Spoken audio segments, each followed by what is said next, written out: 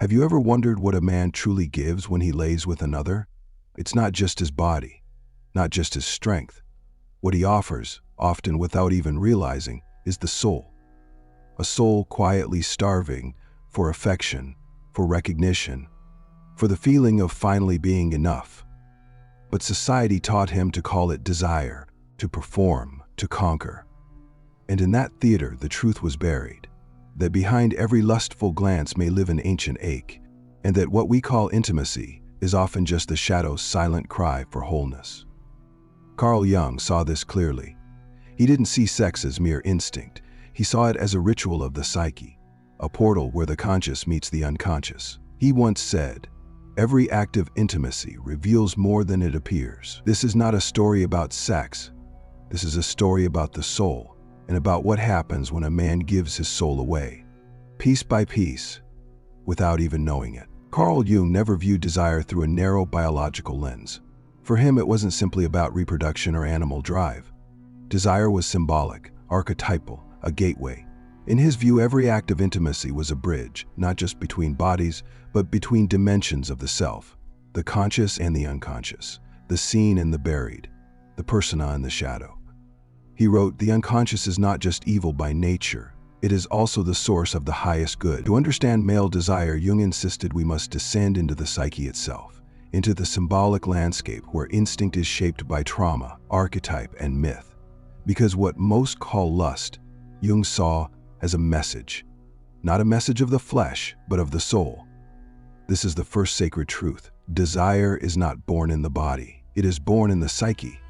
Every craving, every impulse, every unconscious choice is a ripple from deeper waters, echoes from an unresolved inner world. Jung called this hidden realm the shadow, the parts of ourselves we disown, suppress, or reject. And here lies the paradox. In intimacy, the shadow does not disappear. It becomes louder. The man who seeks pleasure may be unknowingly seeking redemption, longing to be seen, to be chosen, to be enough in a world that taught him to perform rather than feel. Desire, then, is not always desire. It is sometimes pain, elegantly disguised. It is sometimes the echo of a forgotten child, still waiting for someone to say, "You matter." Jung also introduced us to the anima, the feminine soul within the man.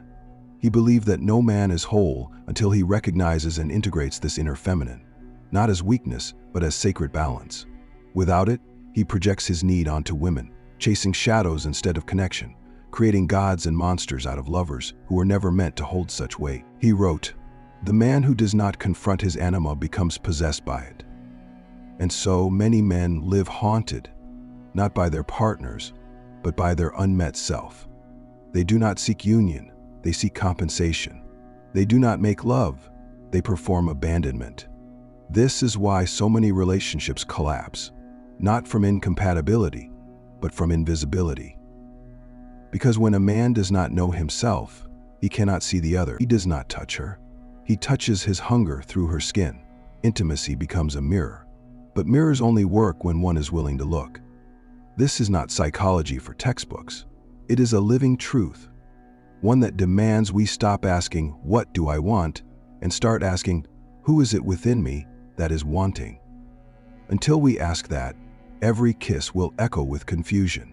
Every touch will carry the weight of unconscious expectation, and every desire will be a quiet attempt to recover what was lost.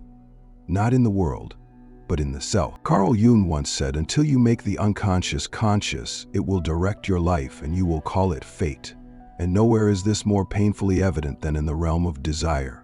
What we call lust, what we chase as ecstasy, is often the shadow reaching out in disguise. For many men, sexual desire is not born in the now. It is born in a moment long before memory, in the ache of not being held, in the sting of being ignored, in the formative years where attention was earned, not given. So what looks like hunger for a body is often hunger for recognition, but the ego cannot admit this. It is trained to armor itself, to dress up longing as dominance, to convert vulnerability into conquest. And in this theater of performance, man becomes an actor in his own disconnection. He doesn't just want her. He wants what he believes her gaze will give him: significance, visibility, existence. This is the root of the masculine shadow. Jung identified the shadow as the hidden, repressed, and inferior aspects of the personality. But these aspects are not evil, they are exiled. The man who never received unconditional love grows into one who performs in order to be loved. The one who felt emotionally invisible becomes the one who demands validation through performance. He does not say, "See me." Instead, he says, "Watch what I can do." Whether it be in the bedroom, in ambition, or in dominance. But no amount of performance can heal the unseen wound, because intimacy does not begin with technique, it begins with presence. And presence cannot be faked. Many men collapse after sex, not because they are physically tired, but because they've just offered their soul in exchange for a moment of fleeting validation. And when that validation vanishes, they are left staring at the same void they tried to escape. This is why Jung believed so strongly in the necessity of conscious individuation, the psychological process of integrating the shadow into awareness, not to erase it, but to understand it, to befriend it, to unmask the longing behind the lust. The privilege of a lifetime, Jung wrote, is to become who you truly are. But you cannot become who you are until you recognize who you are not. You are not the actor. You are not the seducer. You are not the echo of your unmet childhood. You are the one beneath the armor, the one who remembers in silence what it feels like to be untouched. Not physically, but emotionally. When a man engages in sex without presence, he does not just risk disconnection, because every unconscious act becomes another rehearsal in the play of self-erasure. You begin to give your energy to women who do not know how to hold it. You begin to lose parts of yourself, not through violence, but through consent, and you call it pleasure. But pleasure without meaning is drainage. Desire without awareness is just a shadow feeding on illusion. And every time you kneel at the altar of unconscious intimacy, you are not being worshipped. You are being emptied. The shadow beneath lust is not evil. It is just unexamined. It is the broken mirror through which the self tries to see its own worth. Until a man confronts that mirror, he will mistake performance for connection, craving for love, and possession for power. And in that confusion, he will not know that he is not making love, he is making a deal with his own abandonment. There is a lie many men carry, not one they speak aloud, but one they embody, that to be desired, they must perform. It starts early, subtle, invisible, a compliment only given when he wins, love offered only when he achieves, touch earned only when he pleases, and so he learns. Affection is a transaction. Presence is not enough. Performance is required. By the time he enters intimacy, the script is already written. He does not ask, "Who am I in this moment?" He asks, "Am I enough for her to stay?" But this is not intimacy. This is theater. And in that theater, the soul withers. Carl Jung warned of the dangers of identifying with the persona, the social mask we wear to survive in the world. He said, "The persona is a system of behavior we adopt in response to the demands of social convention. The problem is not in having a mask. The danger lies in believing the mask is the self." So the man who has never met his soul begins to mistake his performance for his truth. He learns to measure love by reaction. He confuses attention with connection. He replaces presence with skill. And in doing so, he becomes disconnected from the sacred. Because real intimacy is not technique. It is not a checklist. It is not an act of conquest. It is presence. The kind of presence that cannot be faked. The kind that trembles. The kind that listens with the entire body. The kind that says, "I am here." Not to impress you, but to meet you. Most men were never taught this. They were taught to give pleasure as proof, to become the provider of ecstasy rather than a participant in vulnerability. But pleasure without soul is noise. Touch without presence is hollow, and sex without honesty is self-abandonment dressed in ecstasy. Jung believed that every form of unconscious behavior is a compensation, a way to avoid something deeper, something buried. So the man who overperforms in the bedroom may not be confident. He may be terrified, terrified of being truly seen, terrified that if he stops performing, he will no longer be chosen. But being chosen for your performance is not the same as being loved for your essence. An essence only emerges in silence, in stillness, in the raw moment where the armor cracks. and the soul begins to breathe again. Only the paradox comes anywhere near to comprehending the fullness of life. Jung. So here lies the paradox. The more a man tries to prove his worth, the more disconnected he becomes from the source of that worth. True masculinity does not require applause. It requires awareness. Not dominance but devotion. Not perfection but presence. To give pleasure is not to impress.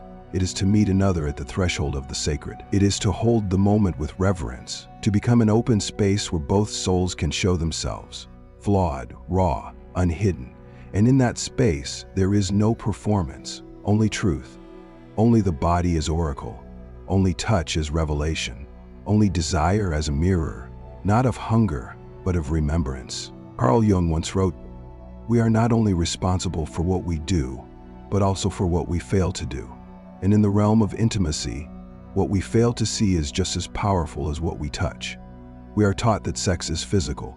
We are rarely taught that sex is energetic, that every act of intimacy is an exchange of essence, a dialogue between unconscious wounds, ancestral echoes, and soul patterns.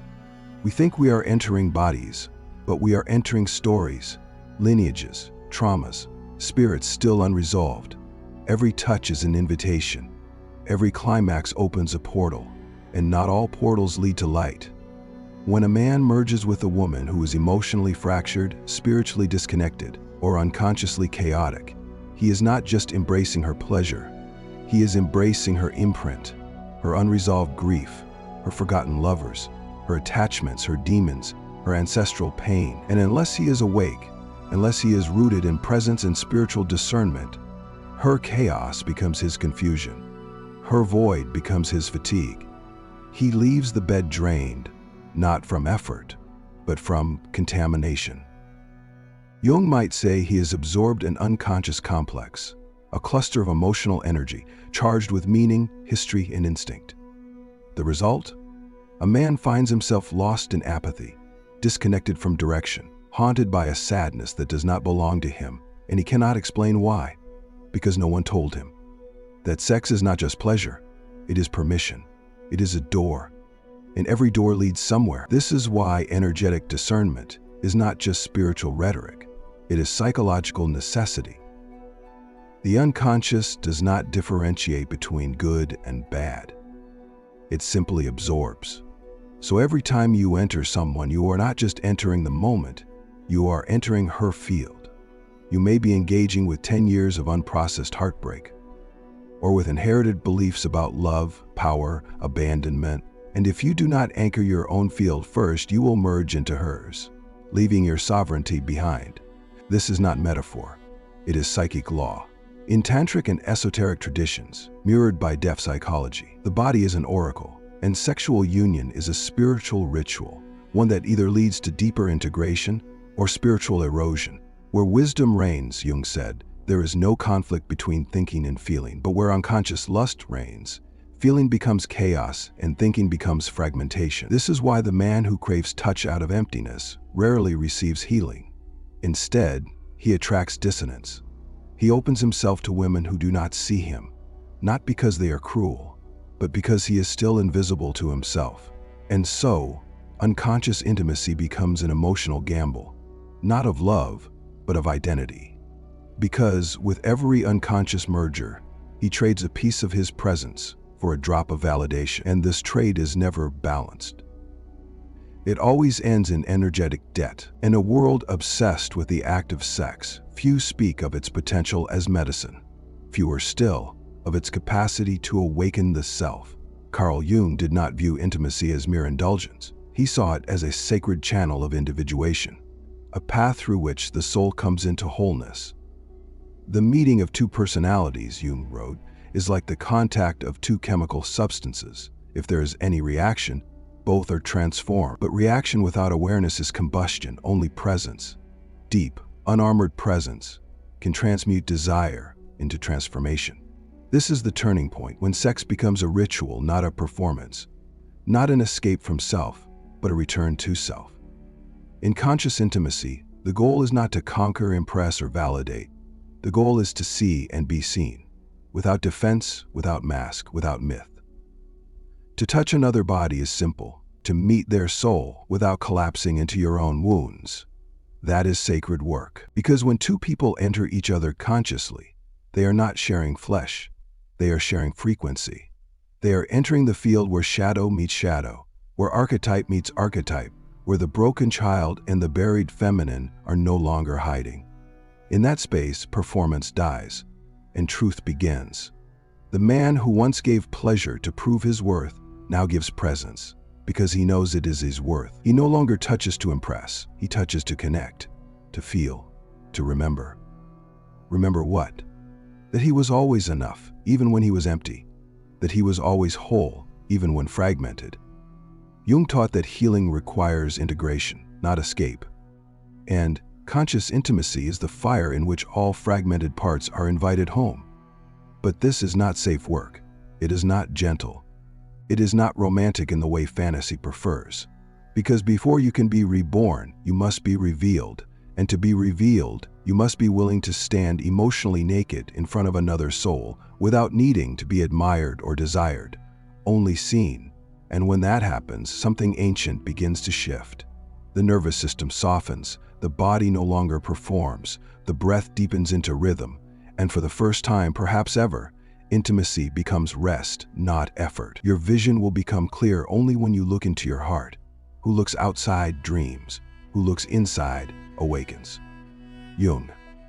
To look within while in union with another is to awaken the self in the presence of the mirror, not the mirror of beauty or approval, but of essence. And in that mirror, the man begins to see not a conqueror, not a performer, but a pilgrim of his own becoming. This is the gift of conscious intimacy, not pleasure for the body, but medicine for the soul. True healing does not begin in the body. It begins in the field between bodies, in the silence between words, in the pause between touch, in the presence that asks nothing, yet offers everything. And in that space, something ancient awakens, the soul's original memory, not of desire, but of being recognized. Because many men do not truly seek sex, they seek confirmation that they exist, that they are not invisible, that their presence matters. But the tragedy is this: if he does not already know he is enough, he will not hear it from her body. Not really. He will crave it, he will reach for it, but he will never receive it. Because intimacy cannot confirm what the self has not claimed. Jung called this a lack of integration. The man has severed from his inner feminine, his anima, which holds his capacity for feeling, intuition, and spiritual depth. Instead of drawing from this well, he projects it onto others. He does not love the woman. He loves the lost part of himself that he sees reflected in her. But projection is a fragile foundation, because when she fails to mirror him perfectly, and she always will, he feels betrayed. And so begins the spiral. Desire becomes resentment, pleasure becomes depletion, connection becomes collapse. This is not her fault, nor his. It is the unconscious running the show. Healing then begins with a radical inversion, from looking outward to looking inward, from seeking completion to claiming presence. The man who steps onto this path does not abandon intimacy, he sanctifies it. He no longer enters a body to escape himself, but to meet himself, fully, sacrally, without pretense. Because every sacred union is a ritual of remembrance, a remembrance of the lost child who no longer has to beg, a remembrance of the soft masculine long buried beneath hardness, a remembrance that presence, not performance, is what makes him divine. And that presence is not made in muscle or ego or technique. It is made in stillness, in awareness, in the ability to remain, not just during pleasure, but in the vulnerability that follows. One does not become enlightened by imagining figures of light, Jung wrote, but by making the darkness conscious. And there, in the shadows of the self, between the echoes of abandonment and the longing to be loved, a man finds the threshold of true transformation. It is not dramatic. It is not loud. It is quiet. It is humble. It is the moment he says, "I will no longer use you to forget me. I will meet you only if I have first met myself." This is not detachment. It is sacred responsibility. It is the foundation of conscious union. And through it, a man reclaims his sovereignty, not by closing himself, but by opening with discernment. by touching with truth, by loving with rootedness.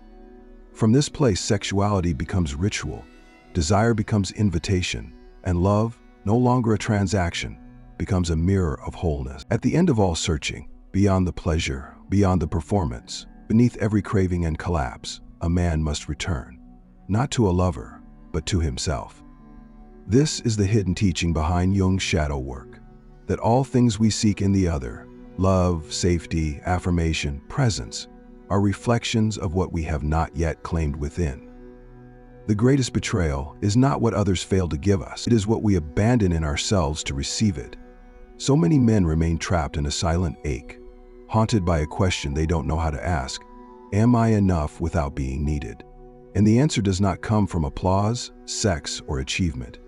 It comes only when a man sits still, in the ruins of his performative self, and says, without shame, this is who I am, and this is enough. The most terrifying thing is to accept oneself completely. Carl Jung. That is the return. Not to an ideal, not to the myth of unshakable masculinity, but to the honest, broken, luminous center of being. This is where conscious intimacy is born. Not from perfection, but from presence so deep it transcends identity. When a man no longer offers his body as a bargaining chip, but as a temple of awareness. When he touches not to prove, but to witness. When he makes love not to be validated, but to co-create meaning. He stops leaking his essence and starts embodying it. Sex becomes sacred. Not because of how it looks, but because of how it roots. In truth, in silence, in the mirror of the self. Jung would call this the moment of integration, when shadow and self are no longer adversaries but allies. When a man embraces his softness as strength, his longing as language, his desire as the voice of the soul, he no longer begs to be chosen, because he has already chosen himself. This is the revolution, quiet, internal, radical. A man standing in front of a mirror not asking, who do I need to become to be loved, but declaring, I love who I am enough not to perform anymore. And in that declaration, intimacy is reborn, not as addiction, not as escape, but as revelation. The other is no longer a savior, nor a source. She is a mirror. And in that mirror, the man sees not what he lacks, but what he finally dares to become. Wholeness is not achieved by cutting off a portion of one's being, Jung reminds us, but by integration of the contraries. So ask yourself now, will you continue offering fragments of yourself to those who only want a piece? Or will you reclaim the whole, the full flame, the full truth, the full man? Because from this moment forward, you are no longer allowed to pretend you didn't know. You are no longer asleep. Now the only question is, will you choose the path of performance or the pilgrimage back to the soul? The answer lies in the silence, after the pleasure fades, in the moment the mask falls, in the gaze that meets you. When you finally face yourself, if you've made it here, still listening, still breathing, it means something inside you has stirred. Not just a thought, but a memory, a remembering of who you were before the world taught you to forget. Carl Jung once said, there is no coming to consciousness without pain, and yet in that pain is the seed of awakening. The pain of honesty, the ache of looking inward without distraction, the quiet revolution of choosing presence over performance. You are not here to chase validation. You are here to become whole, to no longer scatter your energy for affection, but to anchor your soul in truth. That's why this message matters, not as theory, not as inspiration, but as a mirror. Because if we keep misunderstanding sex as mere sensation, if we keep collapsing into desire without discernment, we will continue to lose ourselves, one encounter at a time. But when you choose conscious intimacy, when you dare to meet yourself before you meet another, something sacred begins. Not a performance, not a script, but a return to presence, to essence, to you. And if this message stirred your soul, if something in you whispered, I've felt this, I've lived this, then you are not alone. Share in the comments the moment or line that awakens something in you. Send this to the men you know, the ones still asleep, still seeking in others what waits within. And if you're walking this path, raw, reflective, no longer willing to lie to yourself, then this space is for you. Subscribe, not for entertainment, but for remembrance, for depth, for soul, because what we reveal here is not about sex.